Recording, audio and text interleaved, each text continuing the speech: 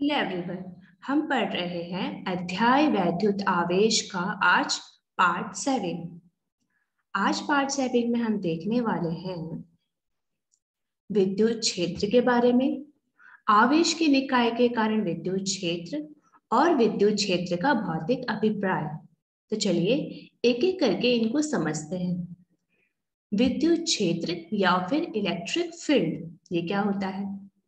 इसके नाम से ही हमें पता चल रहा है कि विद्युत का एक क्षेत्र, यानी कि आवेश के चारों तरफ का वह क्षेत्र जिसमें किसी अन्य आवेश को लाने पर वह आवेश एक वैद्युत बल, वह बल आकर्षण या प्रतिकर्षण का हो सकता है, उसका वह अनुभव करता है। आप डायग्राम में देखिए कि फर्स्ट डायग्राम के ए पार्ट में प्लस क्यू आवेश दिखाया गया है, जिसके चारों तरफ ये चिन्ह उसके वैद्युत क्षेत्र को प्रदर्शित कर रहे हैं। वहीं माइनस क्यू आवेश में भी इसी तरह का कुछ विद्युत क्षेत्र दर्शाया गया है। लेकिन यहाँ पर ध्यान देने वाली बात यह है कि प्लस क्यू आवेश के द्वारा विद्युत क्षेत्र बाहर की दिशा की ओर दिखाया जा रहा है, जबकि माइनस क्यू में ये अंदर की ओर इसकी विद्युत क्षेत्र की दिशा है। तो ये होता है विद्युत क्षेत्र। यह एक काल्पनिक चित्र होता है जो कि हम बताते हैं कि विद्युत के चारों ओर उत्पन्न होता है, आवेश के चारों तरफ यह क्षेत्र उत्पन्न होता है, राइट। विद्युत क्षेत्र को हम कैपिटल ई द्वारा प्रदर्शित करते हैं। क्या हो अगर हमसे पूछा जाए कि किसी बिंदु आवेश के कारण इससे r दूरी पर स्थित कोई बिंदु पर उत्पन्न विद्युत क्षेत्र कितना होता है? तो उसके लिए हमारा सूत्र होता है E बराबर 1/4πε0 Q बटे आर स्क्वायर। R एकांक सदिश और एकांक सदिश का मान होता है R वेक्टर बटे R का मोड। तो ये हमारा है विद्युत क्षेत्र का सूत्र।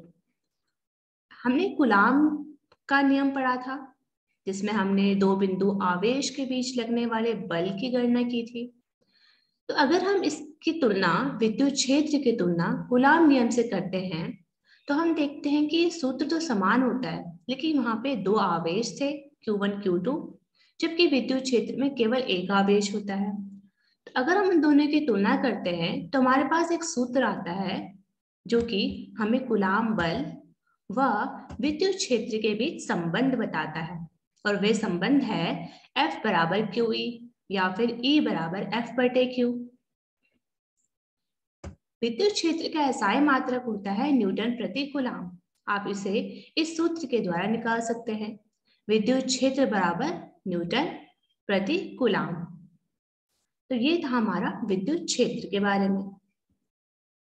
अब पढ़ते हैं आवेश के निकाय के कारण विद्युत क्षेत्र या electric field due to a system of charges. यानी कि क्या हो, अभी तक हम एक आवेश के कारण r दूरी पर उपस्थित विद्युत क्षेत्र की बात कर रहे थे। अगर हमारे पास एक निकाय यानी कि कोई पिंड है जिसमें आवेश एक ना होकर बहुत सारे हैं, और हमें उस बहुत सारे आवेश के कारण किसी बिंदु पर, एक पर्टिकुलर बिंदु पर विद्युत क्षेत्र की गणना करनी है, तो वो हम कैसे करेंगे? आप इस डायग्राम में देखिए, हमारे पास आवेश Q1, Q2, Q3 और Q4 है, और यहाँ पर एक बिंदु P है। तो हमें इस बिंदु P पर विद्युत क्षेत्र का कुल मान निकालना है। तो वो हम कैसे निकालते हैं? तो इससे पहले हमने कूलाम नियम में भी इसी तरह का कॉन्सेप्ट समझने की कोशिश की थी, और हमने वहां पर जाना था अध्यारोपण का सिद्धांत। तो वही सिद्धांत यहाँ पर भी काम करता है। वो सिद्धांत कहता है कि किसी एक आवेश के कारण उस बिंदु पर लगने वाला विद्युत क्षेत्र किसी दूसरे आवेश की उपस्थिति के कारण प्रभावित नहीं होता है। यानी कि हम इस Q1 आवेश के कारण बिंदु P पर इसके विद्युत क्षेत्र की दिशा निकालेंगे। इसी तरह Q2 के लिए, Q3 के लिए, Q4 के लिए और Qn टाइम्स के लिए हम निकालेंगे, और फिर हम उसका उन सभी आवेशों के विद्युत क्षेत्रों के सदिश योग करेंगे, उसका सदिश निकालेंगे, जिससे हमारे पास टोटल इलेक्ट्रिक फील्ड आ जाएगा। तो देखिए, हम देखते हैं कि Q1 के कारण r दूरी पर स्थित जो बिंदु P है उस पर विद्युत क्षेत्र क्या होगा, 1/4 पाई एप्सिलॉन नॉट Q1 बटे r स्क्वायर 1p और r यूनिट वेक्टर। इसी तरह हम निकालेंगे Q2 के कारण r दूरी पर स्थित विद्युत क्षेत्र E2 माना उसको, और इसी तरह हम अन्य के लिए भी निकाल सकते हैं। तो अगर हम बोलें कि आवेश के निकाय के कारण r दूरी पर स्थित विद्युत क्षेत्र क्या होगा, तो वो हो जाएगा इन सभी का योग, E बराबर E1 plus E2 plus dash dash dash plus En, और हम इन सभी का मान रख देंगे तो हमारे पास एक सूत्र बनकर आ जाएगा आवेश के निकाय का, वो आएगा E बराबर 1/4 pi epsilon not summation of I बराबर 1 से लेकर n तक Q बटे r square r unit vector, right.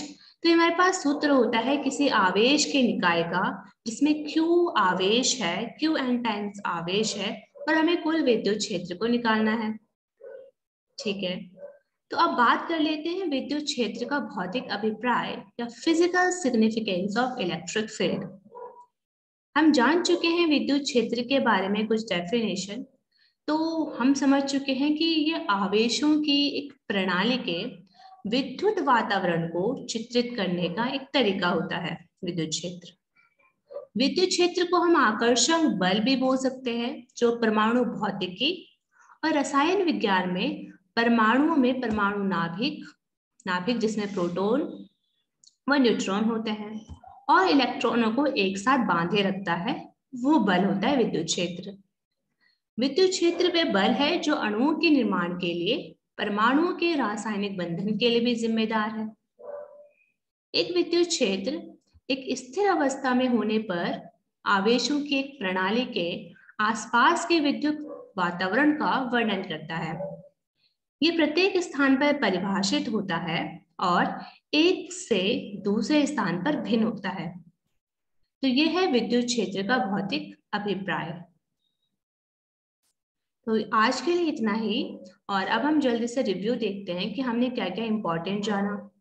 हमने विद्युत क्षेत्र के बारे में पढ़ा, हमने जाना कि यह आवेश के प्रणाली का एक विद्युत वातावरण जो उसके चारों ओर उत्पन्न होता है उसको चित्रित करने का एक तरीका होता है। हमने इसका सूत्र देखा कि हम विद्युत क्षेत्र किस तरह निकालेंगे, और हमने बल और विद्युत क्षेत्र में संबंध देखा। हमने आवेश के निकाय के कारण विद्युत क्षेत्र भी जाना। अब हम नेक्स्ट लेक्चर में जानेंगे उदाहरण 1.8 और 1.9 का, जिसमें हम विद्युत क्षेत्र की एप्लीकेशन, उसके सूत्र, उसके कॉन्सेप्ट्स का यूज करके इन उदाहरणों को सॉल्व करेंगे। So thank you.